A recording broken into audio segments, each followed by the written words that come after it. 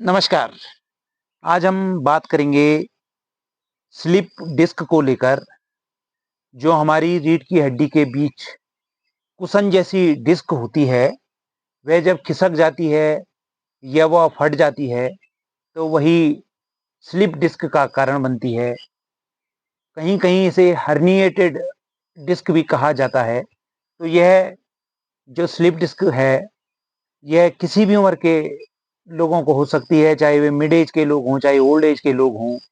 तो यह slip disc बहुत ज़्यादा दिक्कत करती है। इससे नसों पर दबाव बढ़ता है, पैरों में सुन्नता आती है और पीठ में इससे अत्यधिक दर्द भी होने लगता है। तो जब हमें या ओल्ड एज के लोगों को या मिड एज के लोगों को जब यह दिक्कत होने लगती है, तो दर्द से उनका बुरा हाल हो जाता है। तो ये हम यह समझें कि हम किन योग आसनों के द्वारा वह स्लिप डिस्क जो हमें होती है, उसे हम किस प्रकार से ठीक करें और उसे किस प्रकार से हम कंट्रोल करें, तो ये आज का मुख्य विषय है। पहले हम समझ लें कि स्लिप डिस्क होती क्यों है। अगर हम किसी गलत तरीके से कोई बहुत ज़्यादा वज़न उठा उठा देते हैं, तो वह भी एक कारण हो सकता है स्लिप डिस्क का। अगर हम लगातार किसी पोस्चर में बहुत गलत तरीके से बैठे हुए हैं, तो वह भी स्लिप डिस्क का कारण हो सकता है। इसीलिए जब आप योग करते हैं या आप इस तरह की शारीरिक गतिविधियों में काम करते हैं या आप योगाभ्यास की शुरुआत करते हैं, तो आपसे पहले यही कहा जाता है कि आप अपनी स्पाइन को स्ट्रेट रखिएगा। आपकी रीढ़ की हड्डी जो है 90 डिग्री के एंगल पर होनी चाहिए। आपकी कमर, गर्दन स्ट्रेट होनी चाहिए, सीधी होनी चाहिए। साथ ही अगर आपको कहीं आपके साथ कोई झटका लग गया, कमर पर झटका लग गया, तो वह भी स्लिप डिस्क का कारण हो सकती है। अगर आप मोटापे से ग्रसित हैं, अगर बहुत ज़्यादा मोटापा है, तो वह भी स्लिप डिस्क का कारण हो सकती है। अगर आप धूम्रपान कर रहे हैं, स्मोकिंग कर रहे हैं, तो वह भी स्लिप डिस्क का कारण हो सकती है। और अगर आपकी दैनिक दिनचर्या में शारीरिक व्यायाम, योग अभ्यास की कमी है, तो यह भी आपके लिए स्लिप डिस्क का कारण बन सकती है।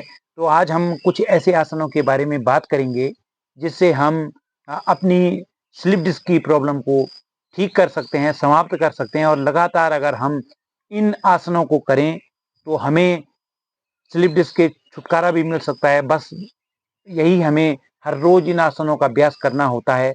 और ध्यान रखिएगा कि जब भी आप इन आसनों का अभ्यास करें, आप खाली पेट हों, आप पर कोई भी पेट में आपका अत्यधिक दबाव न बना हो, तो आप आज जो आसन हम करेंगे, यह कुछ सूक्ष्म आसनों से लेकर हम कुछ इस तरह के आसन करेंगे जो थोड़ा-सा एडवांस भी होंगे। तो योग में महत्वपूर्ण है कि आपसे जितना हो पाएगा, जितना आप कर पाएँगे, आप उतना कीजिएगा, क्योंकि आपको बार-बार बताया गया है कि योग और आसनों में बहुत अंतर होता है। योग और योग में जो आसन है और आसनों के साथ-साथ जो व्यायाम होते हैं, व्यायाम अलग हैं और आसन अलग हैं। अर्थात आसन व्यक्ति या मनुष्य केवल उतना करे जितना उससे हो सकता है। अपनी क्षमता के अनुसार अगर आप आसनों को कर रहे हैं, तो वही आपको फ़ायदा देंगे। अब हम बात करेंगे कि हम कौन से आसन करें। पहले हम शवासन में लेट जाएँ, सीधे अपने कमर के बल हम लेटें और अपने दोनों हाथों को जब हम लेटेंगे, तो आप देख सकते हैं कि किस प्रकार से आपने करना है। दोनों हाथों को और दोनों पैरों को बिल्कुल स्ट्रेट रखिएगा, सीधे रखिएगा।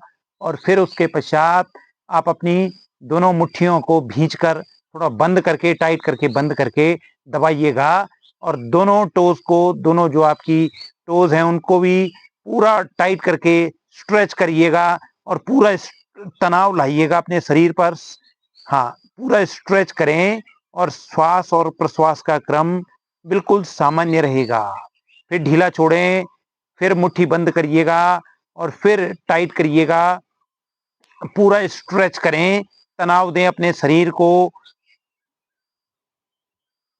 फिर ढीला छोड़ें। कम से कम 5 से 10 बार आप इसको रिपीट करें।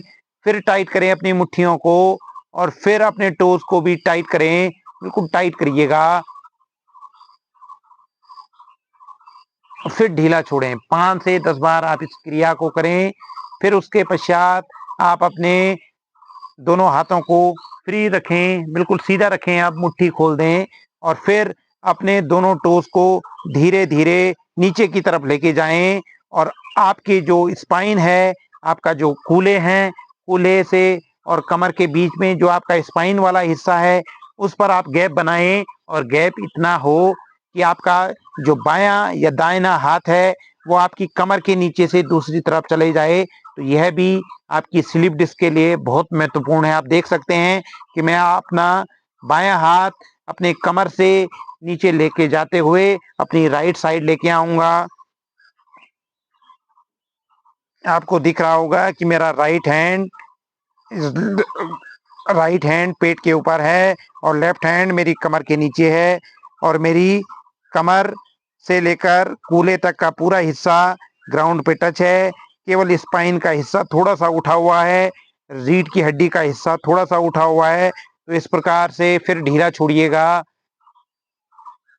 फिर दूसरी तरफ फिर आप अपना राइट हैंड अपनी बाईं तरफ लेके जाएं और फिर आपकी कमर और आपके कूल्हे ग्राउंड पे टच होंगे। आपके नितंब और कमर का हिस्सा ग्राउंड पे टच होगा। केवल स्पाइन का जो एरिया है, जो बीच का स्पाइन का हिस्सा है, जो कर्व वाला हिस्सा है, वो थोड़ा सा ऊपर उठेगा और फिर आप अपना दाहिना हाथ अपनी बाईं तरफ लेके जाएं और फिर ढीला छोड़ दें।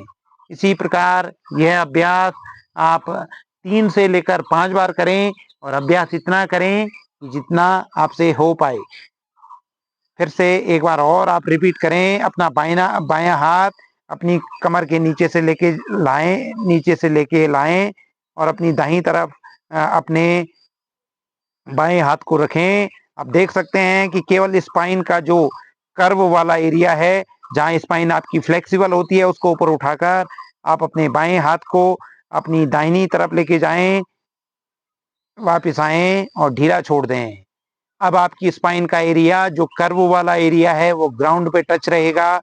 फिर अपना दाहिना हाथ एक बार और अपने बाईं तरफ लेके जाएं और जो आपका बायां हाथ है वो आपकी थाइस के ऊपर रहेगा। इस प्रकार से आप अवश्य करें। आपको स्लिप डिस्क में इससे राहत मिलेगी। 2-2 बार या 5-5 बार आप अपनी क्षमता के अनुसार इस आसन को करें। फिर अपने पूरे शरीर को ढीला छोड़ दें, शवासन में छोड़ दें। 2-4 लंबी गहरी श्वास और प्रश्वास लीजिएगा।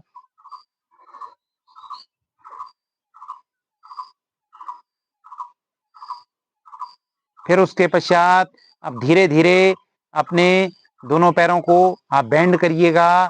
दोनों पैर बेंड करें। आपके कूल्हे और आपकी हील के बीच में करीब 4 से 6 अंगुल का गैप होगा। और फिर उसके पश्चात धीरे धीरे अपने जो आपका पेट वाला हिस्सा है, आपके जो कमर वाला हिस्सा है, उसको भी हल्का हल्का लिफ्ट करें। बहुत हल्के हल्के इस एरिया को लिफ्ट करें और फिर नीचे करें। आप देख सकते हैं कि धीरे धीरे करके आपने यह पोस्चर करना है। तो यह पोस्चर जो जब आप करेंगे तो इस आसन में भी आपको हल्की सी अपनी स्पाइन को ऊपर उठाना है, फिर अपनी कमर को नीचे रख देना है। यह आसन भी आप अपनी क्षमता के अनुसार करें। आप देख सकते हैं कि किस प्रकार से यह आसन किया जा रहा है। ध्यान रखिएगा कि इन सभी आसनों में आपकी श्वास और प्रश्वास का क्रम बहुत सामान्य हो, बहुत तेज न हो। नॉर्मल लाइफ में, सामान्य जिंदगी में आप जिस प्रकार से श्वास लेते हैं उसी प्रकार से आप श्वास लें और फिर नीचे करें। श्वास लें और छोड़ें।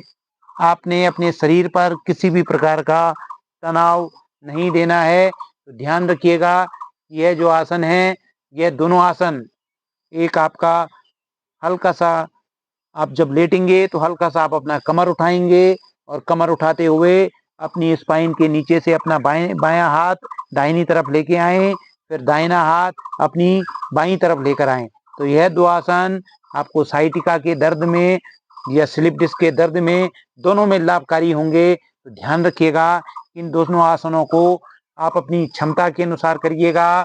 कोई भी जोर जबरदस्ती या खींचतान इन आसनों में आपको नहीं करनी है। जितना पॉसिबल होगा उतना आप करिएगा।